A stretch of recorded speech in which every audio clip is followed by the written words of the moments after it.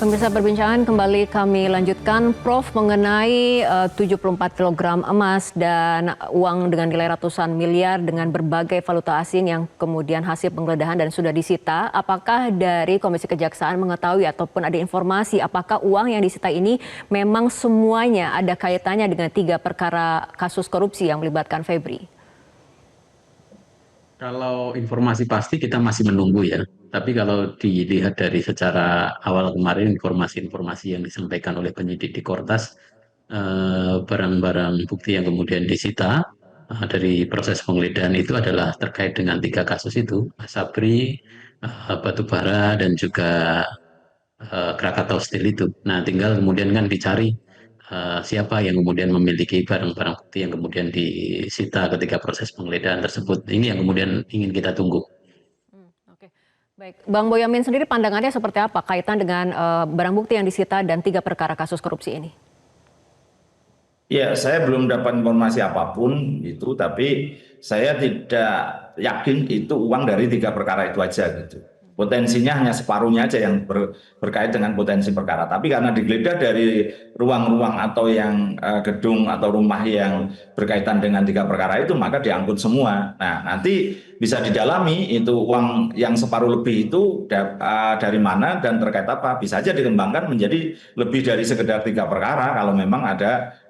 Setidaknya kalau toh tidak bisa ditemukan ya berarti gratifikasi karena uang yang diterima berpotensi ini kepada oknum penegak hukum yang tidak bisa dijelaskan asal usulnya gitu. Nah, dengan begitu ya mungkin selain dari 3 perkara nanti ada yang memang gratifikasi itu ditambahi mestinya begitu karena nanti disita karena tidak bisa dibuktikan asal usulnya. Kalau ini yang separuh gelap kan ya berarti mau dikembalikan kan tidak mungkin karena tidak diketahui asal usulnya dan berdasarkan pembuktian terbalik yang pernah dianut oleh beberapa hakim di Indonesia, maka ketika tidak mampu menjelaskan asal usulnya ya maka itu juga dirampas untuk negara gitu. Dan sebagai bagian dari dugaan gratifikasi minimal, bahkan bisa suap, bisa pemerasan, atau ya pasal 2, pasal 3 Undang-Undang Pemberantasan Korupsi, karena kaitannya tadi dengan suplai batubara PLN yang harusnya kalori 3.000 tapi dibayar dengan kalori 4.000 misalnya. Ini apakah merugikan keuangan negara dalam posisi karena PLN, anak perusahaan PLN, atau hanya murni bahwa ini suap, gratifikasi atau pemerasan. Kalau itu berarti kan ya rangkanya hanya terfokus ini dan saya tidak berharap itu gitu karena kalau nanti diterapkan pasal 2, pasal 3 kan berarti kan dari pihak oknum anak perusahaan PLN yang PLTU itu ya bisa dijerat juga karena harusnya kan dia firm menerima kalori 4.000 dengan dibayar 4.000, tapi kenyataannya diduga kalorinya hanya 3.000 dibayar 4.000 dan kemudian menjadikan rusak dari PLTU lama-lama menjadi aus dan kemudian tidak berfungsi kemudian menjadikan blackout listrik Jawa dan Sumatera periode kemarin-kemarin. Nah, ini yang momentum tertinggi kan gitu. Oh, ternyata meskipun bahwa suplainya hanya 2%, tapi kan salah satu ada penunggang gelapnya di situ, Fitri. Jadi bisa asal usul barang itu juga nanti kalau toh tidak ditemukan yang separuh misalnya begitu ya nanti akan bisa dijerat dengan gratifikasi. Masih. Bang Boyamin, mengenai temuan uang sendiri, kuasa hukum tersangka Donito mengatakan uang yang disita dalam penggeledahan di kafe dan juga money changer di kawasan Jakarta Selatan ini adalah kerjasama dengan seorang pengusaha untuk proyek pembangunan dermaga di Kalimantan. Iya, ya nanti pengusahanya siapa mana gitu. Kalau memang terbukti betul begitu ya bisa aja uang itu dikembalikan karena uang bersih misalnya begitu. Tapi rasanya tetap susah menerima dengan akal yang sederhana, penalaran yang sederhana kalau di Mahkamah Konstitusi itu selalu dikedepankan itu.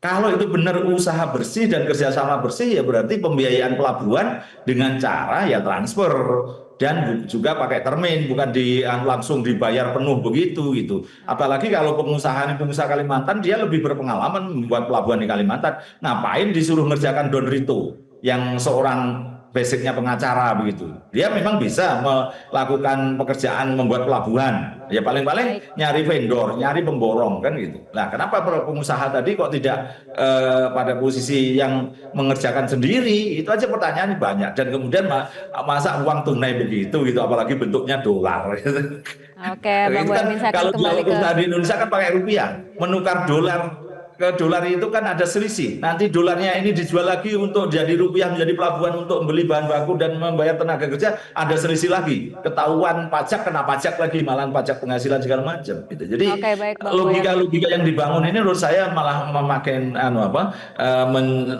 menunjukkan bahwa ini memang duit gelap atau duit haram gitu aja. Oke, baik. Saya akan kembali ke Prof. Budiono terlebih dahulu. Prof, untuk mengusut perkara ini secara tuntas ataupun apakah kemudian dari Komisi Kejaksaan selain penanganan perkara pidana dari Febri sendiri, bagaimana kemudian Komisi Kejaksaan mengawal proses internal di Kejaksaan Agung sendiri terkait penjatuhan sanksi etik kepada Febri? Ya, tadi saya sudah koordinasi ya dengan Jambas ya, kebetulan dengan Pak Jambas. Jadi kalau di Kejaksaan Agung itu ada perda yang kalau kemudian ada case pidana maka penanganan etik itu diberhentikan dulu sementara dan kemudian menunggu proses pidananya. Dan ini kan proses pidana telah berjalan terlebih dahulu. Nah, tinggal nanti kan proses pidananya berjalan seperti apa hingga akhir ketika nanti putusannya dinyatakan bersalah. Tentu etiknya tinggal selesai langsung kemudian tanpa kemudian melalui proses etik nanti bisa langsung diberhentikan dengan tidak hormat. Nah, kalau kemudian pidananya belum jalan, maka etik itu jalan. Nah, jadi tahapannya demikian. Saat ini Sehingga prosesnya proses sudah seperti apa tahapannya? Ya, jadi proses ini kalau kemudian untuk pemeriksaan etik ini menunggu proses pidana. Kalau proses pidana nanti jalan, maka jalan dan kemudian menghasilkan kan dua hal. Bisa kemudian dinyatakan bersalah, bisa dinyatakan tidak bersalah.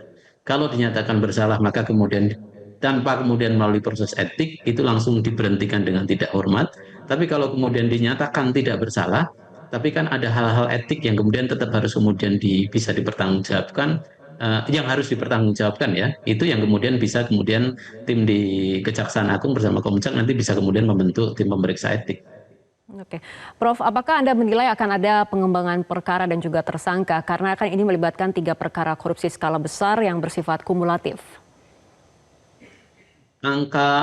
Angka yang ditemukan, baik itu rupiah maupun emas yang ditemukan itu kan jumlahnya besar. Dan Kortas Tipikor itu sudah mengunci 2 nama. Nah, proses penyidikan berikutnya ini kan dialihkan kepada Kejaksaan Agung. Saya yakin dan seharusnya memang itu tidak berhenti di 2 nama itu. Pasti juga nanti melibatkan banyak, apalagi kalau misalnya nanti melibatkan menggunakan pasal 2 dan pasal 3, maka harus ada ASN di PLN yang kemudian harus kemudian ditersangkakan juga. Kalau kemudian itu terkait dengan gratifikasi, nanti kan juga bisa dikembangkan case ini. Jadi masih memungkinkan penambahan tersangka kalau menurut saya. Tidak hanya berhenti pada 2 nama yang saat ini sudah ditentukan dikunci oleh Kortas Tipikor Mabes Polri.